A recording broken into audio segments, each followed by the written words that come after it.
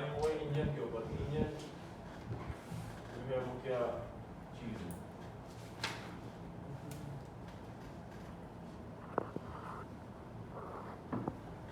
गाड़ी को चलाने के लिए हमें पावर की जरूरत है।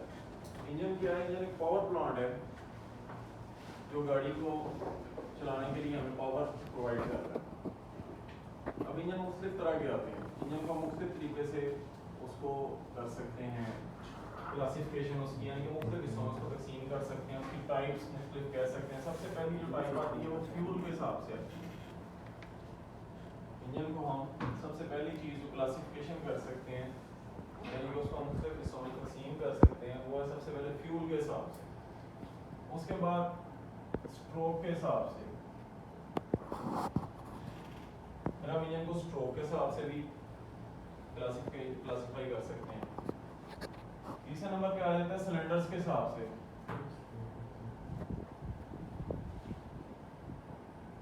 फ्यूल, स्ट्रोक, सिलेंडर्स,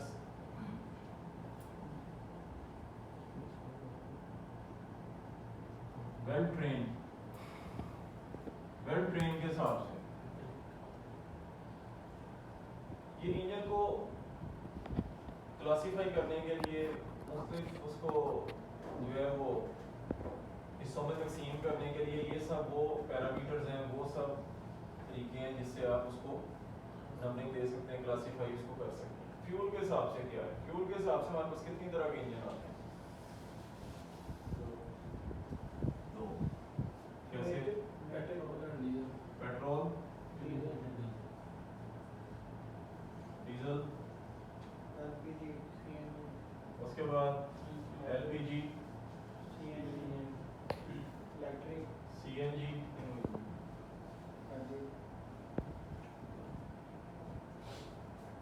फिर इसके बाद इसमें डीजल एलपीजी भी आ रहा है।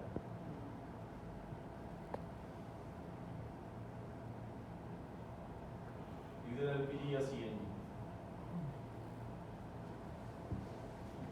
ये सब मुख्तलिफ जो है वो इंजन बेसिकली है इंजन है, लेकिन उसको हमने फ्यूल के हिसाब से मुख्तलिफ हिस्सों में तकसीम किया। पेट्रोल इंजन भी आता है, डीजल इंजन भी आता है, एलपीजी इंजन भी आता है, सीएनजी जिसमें इस्तेमाल हो रही है वो भी आ रहा है।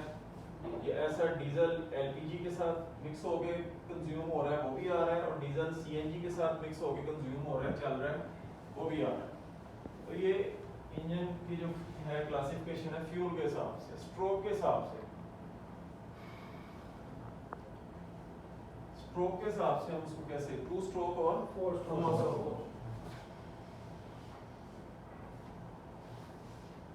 टू स्ट्रोक और फोर स्ट्रोक। स्ट्रोक क्या होता है? उनका एक चक्कर जो टीडीसी से बीडीसी तक होता है उसे स्ट्रोक कहते हैं। टीडीसी से बीडीसी, टीडीसी क्या है? Top dead centre.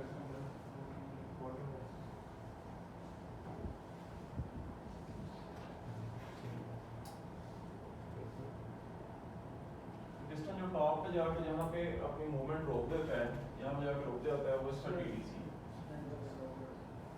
जहाँ वो नीचे जाके पिस्टन की मूवमेंट रुक जाती है वो इसका बीडीसी है, बॉटम डेड सेंटर है।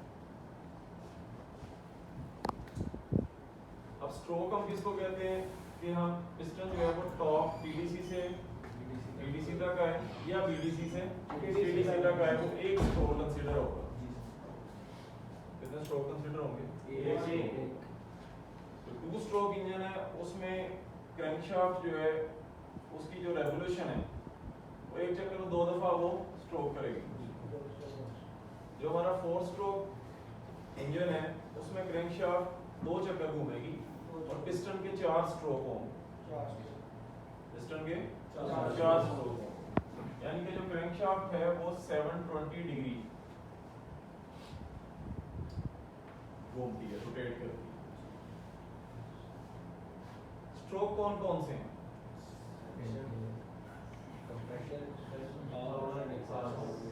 सक्शन जिसको इनटेक भी कहते हैं, उसके बाद कंप्रेशन,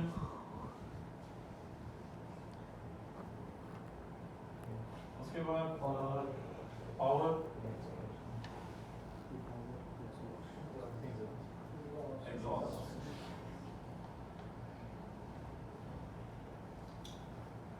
ये 4 स्ट्रोक है। आजकल जितने भी इंजन चल रहे हैं वो सब इन स्ट्रोक्स के ऊपर काम करते हैं। 4 स्ट्रोक साइकिल इंजन हम उसको कहते हैं। उसमें पेट्रोल भी 4 स्ट्रोक साइकिल इंजन है और डीजल इंजन जो है वो भी 4 स्ट्रोक साइकिल इंजन है।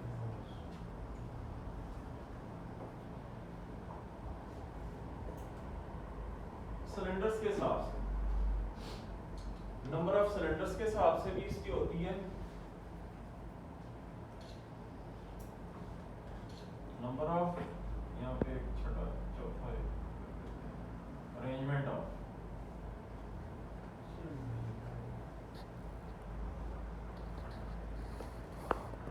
इसको हम नंबर ऑफ सिलेंडर के हिसाब से भी क्लासिफाई कर सकते हैं। नंबर ऑफ सिलेंडर के हिसाब से ऐसे है कि ये 4 सिलेंडर इंजन है, 6 सिलेंडर है, 8 है, 12 है, 16 है,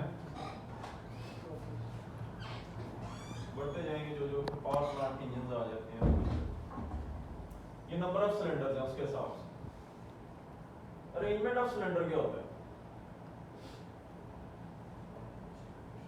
ये नंबर ऑफ सिलेंडर तो हो गया ना।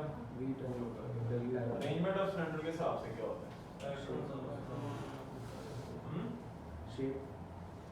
वी टाइप है या वी टाइप है। अच्छा, कौन कौन सी शेप है? सबसे पहले जो कॉमन शेप हमें आजकल होती है वो कौन सी है?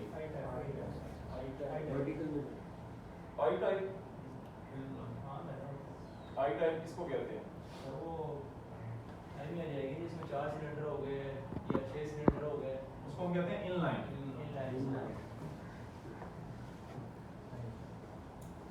इनलाइन सिलेंडर्स, इनलाइन अरेंजमेंट है जो आप स्ट्रेट सिलेंडर पड़े हुए इनलाइन। उसके बाद वी टाइप आ जाता है। वी टाइप में हम ऐसे वी की फॉर्म में सिलेंडर होंगे।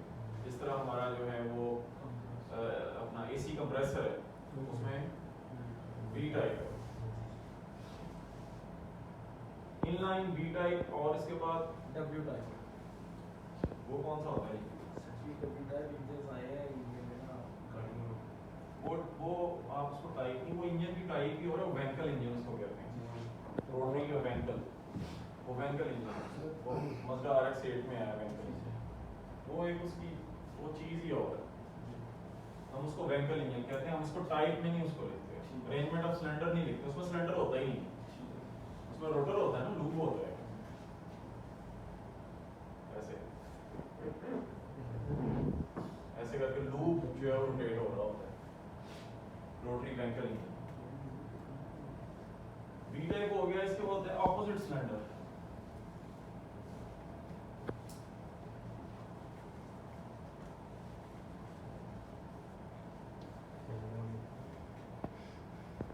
ऑपोजिट सिलेंडर किस तरह होते हैं?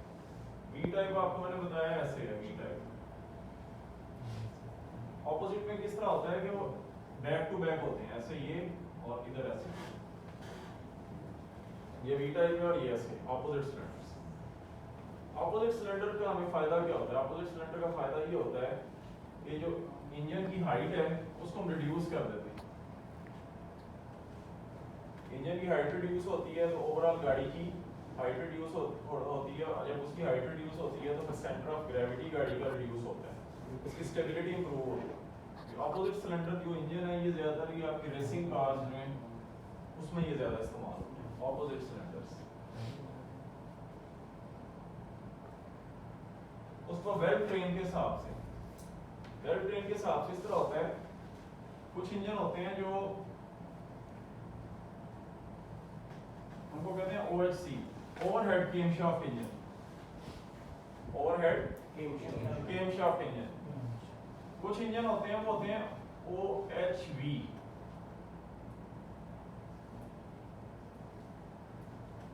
Overhead valve engine. Overhead camshaft engine कौन से हैं? जिसकी केमशाफ्ट हेड में लगी है। ओवरहेड वेल्व इंजन कौन से हैं? जिसकी केमशाफ्ट ब्लॉक में लगी है। तो हमारे जितने भी कमर्शियल इंजन है उसकी केमशाफ्ट कहाँ लगी हुई है? फुला। तो वो हम उसको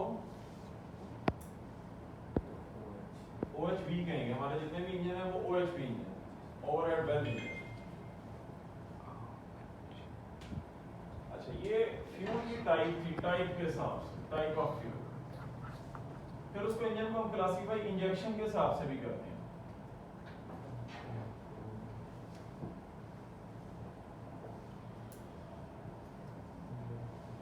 फ्यूल इंजेक्शन के हिसाब से, फ्यूल इंजेक्शन के हिसाब से क्या है, एक मैकेनिकल फ्यूल इंजेक्शन है, दूसरा इलेक्ट्रॉनिक फ्यूल इंजेक्शन।